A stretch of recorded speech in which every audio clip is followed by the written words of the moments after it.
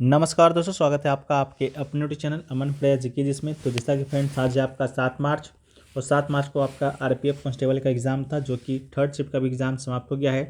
Third shift में आपके 50 GK जिस के प्रश्न पूछे गए थे, उनमें से अधिकतम जो रियल प्रश्न है हमें प्राप्त हो गए हैं। तो आज के इस वीडियो में हम उन सभी प्रश्नों को डिस्कस करेंगे, साथ में उनसे रिलेटेड एक्स्ट्रा फैक्ट्स को भी जो है देखते हुए चलेंगे। तो चलिए वीडियो को स्टार्ट करते हैं बिना किसी देरी के। इससे पहले अगर आप लोग चैनल पर नए हैं, चैनल को सब्सक्राइब कर लीजिएगा। अगर सब्सक्राइब किए हुए हैं तो नोटिफिकेशन बेल को जो है ऑल पर क्लिक कर लीजिएगा। इसका जो पीडीएफ है आपको टेलीग्राम चैनल पे मिल जाएगा, जिसका जो लिंक है डिस्क्रिप्शन में दिया गया है। तो आप लोग जाइए और पीडीएफ का जो है लाभ उठाइए। तो शुरू करते हैं हम लोग आज के पहले प्रश्न से। लेकिन उससे पहले दोस्तों, आप लोग को बताते हुए चलें कि अगर आपका एग्ज़ाम जो है आरपीएफ कांस्टेबल का बचा हुआ है और आपके पास 1-2 दिन का भी समय है और आप लोग क्विक रिवीजन करना चाहते हैं उस मटेरियल से जहाँ से जो है आपका प्रश्न जो है फंसे, तो आप लोग जो है अभी तक के जितने भी शिफ्टों में एग्जाम कंडक्ट हुए हैं उन सभी शिफ्टों का जो है प्रश्न ले सकते हैं विद एक्स्ट्रा फैक्ट के साथ। आज तक का अपडेटेड पीडीएफ आपको मिलेगा और आगे भी अगर आप लोग चाहेंगे तो 18 मार्च तक आपको पीडीएफ इसी कोस्ट पर जो है मिलता रहेगा। 2 व्हाट्सअप नंबर है, दोनों में से किसी एक पर संपर्क कीजिएगा तो आपको ये पीडीएफ मिल जाएगा। हिंदी में भी है, इंग्लिश में भी है, ठीक है। और लिंक भी डिस्क्रिप्शन में मिलेगा, वहाँ से भी जाकर जो है आप लोग जो है इसको एक्सेस कर सकते हैं इस पीडीएफ को, ठीक है। तो शुरू करते हैं आज के पहले प्रश्न से हम लोग। तो आज का जो हमारा पहला जो प्रश्न है वो पूछा गया कि समुद्रगुप्त का जो है दरबारी कवि कौन था।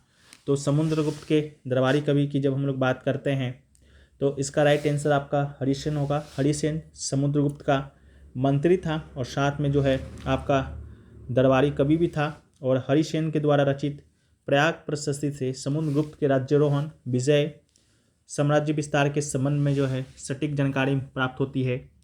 नेक्स्ट क्वेश्चन जो पूछा गया कि अरुणाचल प्रदेश की जनजाति कौन सी है, तो एक ऑप्शन कोई दिया गया होगा। यहाँ पर अरुणाचल प्रदेश के सारे जनजातियों को हम लोग देखें तो अबोर, अक्का, अपटामिस, बरमास, डफला, गालोंग, गोम्बा, काम्पती, खोबामिसमी, सिंगपो और सिरडू कपेन, ये सभी जो है आपका अरुणाचल प्रदेश का ही जनजाति है। नेक्स्ट क्वेश्चन है कि प्रधानमंत्री मोदी ने कब वंदे मेट्रो का जो नाम है बदला। तो राइट आंसर 16 सितंबर 2024 होगा। भुज अहमदाबाद वनडे मेट्रो का जो नाम बदलकर इन्होंने जो है नमो भारत रैपिड जो है रेल कर दिया था, ठीक है। नेक्स्ट क्वेश्चन है कि गरीबी हटाओ का जो नारा है निम्नलिखित में से किस पंचवर्षीय योजना काल में दिया गया। तो राइट आंसर 5वीं पंचवर्षीय योजना होगा।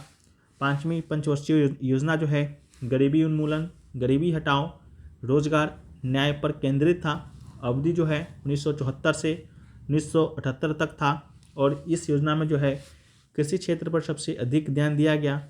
इसके बाद औद्योगिक और खनन क्षेत्रों का स्थान रहा। कुल मिलाकर ये योजना एक सफलता थी, जिसने 4.4% के लक्ष्य के मुकाबले 4.8 की वृद्धि जो है प्राप्त की। और इस योजना का जो प्रारूप है डीपी धर के द्वारा बनाया गया और इस योजना को जो है 1978 में समाप्त कर दिया गया था। इसके बाद जो है रोलिंग प्लान लाया गया था 1978 से 1979 तक ये चला, ठीक है। नेक्स्ट क्वेश्चन है कि दूसरी पंचवर्षीय योजना का उद्देश्य क्या था।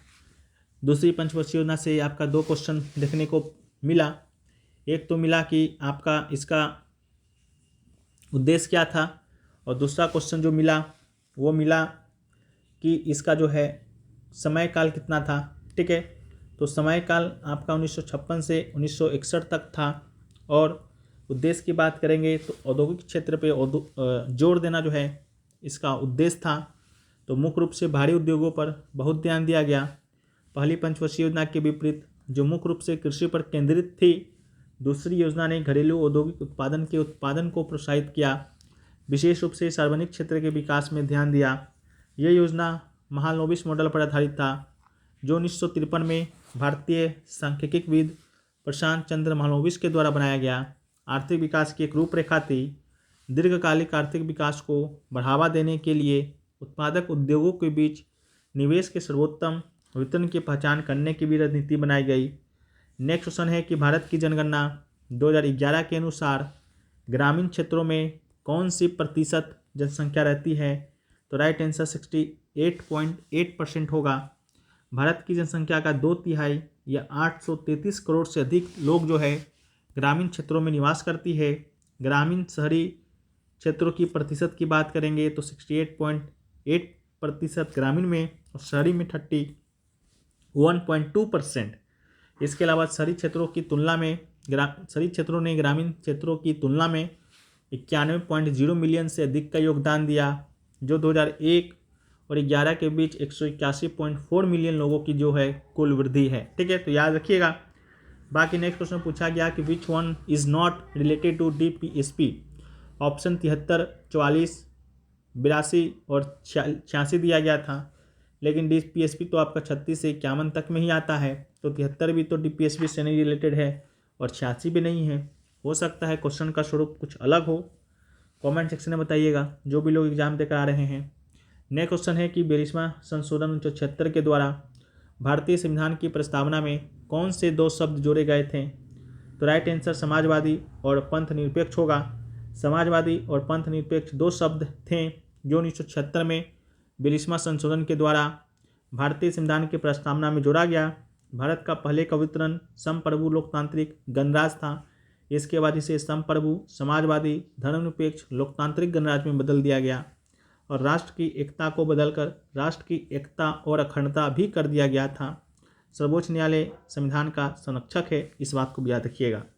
अगला क्वेश्चन पूछा गया था कि सुप्रीम कोर्ट ने तमिलनाडु के मंत्री सेथिल बालाजी को जमानत दी थी, वो किस मामले में दी थी। तो इसका राइट आंसर PMLA मामले होगा। जस्टिस अभय ओका और ऑगस्टिन जॉर्ज मसीह की खंडपीठ ने 26 सितंबर 2024 को तमिलनाडु के पूर्व परिवहन मंत्री वी सेंथिल बालाजी की 15 महीने की कैद को समाप्त कर दिया, उन्हें जमानत दे दी। मुकदमे की प्रतीक्षा करते हुए बालाजी को 29 सितंबर को मुख्यमंत्री स्टालिन की DMK सरकार में कैबिनेट मंत्री के रूप में बहाल कर दिया गया। इसके अलावा बालाजी को प्रवर्तन निदेशालय ED ने 14 जून 2023 को पैसे के बदले नौकरी का वादा करने के आरोप में गिरफ्तार किया था। कथित नगद नौकरी योजना के कारण 15 और 18 के बीच धन शोधन निवारण अधिनियम 2002 के तहत 3 FIR दर्ज की गई। इनमें से एक FIR में 2000 रुपये आरोपी व्यक्ति और 550 गवाहों के नाम शामिल थे। अगला है इलाहाबाद में 1857 की विद्रोह का जो नेतृत्व है वो किसने किया। तो राइट आंसर लियाकत अली होगा। मौलवी लियाकत अली उत्तर प्रदेश राज्य के इलाहाबाद प्रयागराज के एक मुस्लिम धार्मिक नेता थे। 1857 में अंग्रेजों के खिलाफ विद्रोह करने वाले नेताओं में से एक थे, जिसे प्रथम भारतीय स्वतंत्रता संग्राम 1857 के विद्रोह के रूप में जाना जाता है। उन्होंने 1857 में इलाहाबाद में विद्रोह का नेतृत्व किया और तो इसको भी याद रखिएगा। नेक्स्ट क्वेश्चन पूछा गया कि ईस्ट इंडिया कंपनी ने कब जो है ब्रिटिश सरकार को अपना सारा नियंत्रण जो है शक्ति सौंप दी। तो भारत सरकार अधिनियम 1858 के बाद इसका राइट आंसर होगा, जिसके बाद भारत पर ब्रिटिश राज का जो है प्रत्यक्ष प्रशासन शुरू हुआ। अगला क्वेश्चन पूछा गया था दाएं हाथ के बल्लेबाज जिन्होंने 300 विकेट का जो है आंकड़ा पार किया है, तो रविंद्र चंद्रन अश्विन जो है इसका राइट आंसर होगा। ठीक है, तो इसको भी याद रखिएगा।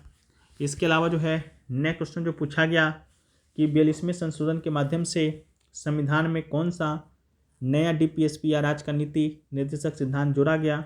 तो राइट आंसर सामान्य न्याय और निःशुल्क विधि सहायता होगा। 42वां संशोधन 1976 में होता है और इस प्रकार जो है 4 नए निर्देशक सिद्धांत जोड़े जाते हैं।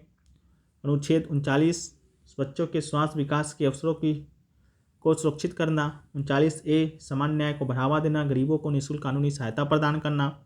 अनुच्छेद 43A उद्योगों के प्रबंधन में श्रमिकों की भागीदारी सुनिश्चित करना और अनुच्छेद 48A पर्यावरण की रक्षा, सुधार और वनों और वन जीवों की रक्षा करना। तो यही सभी प्रश्न जो हैं आपके आज के 3rd शिफ्ट में पूछे गए। आशा करते हैं वीडियो पसंद आया है। वीडियो को लाइक कर दीजिए। चैनल पर नए हैं चैनल को सब्सक्राइब कर दीजिए। मिलते हैं हम लोग नेक्स्ट वीडियो में। जब तक के लिए जय हिंद फ्रेंड्स, वंदे मातरम।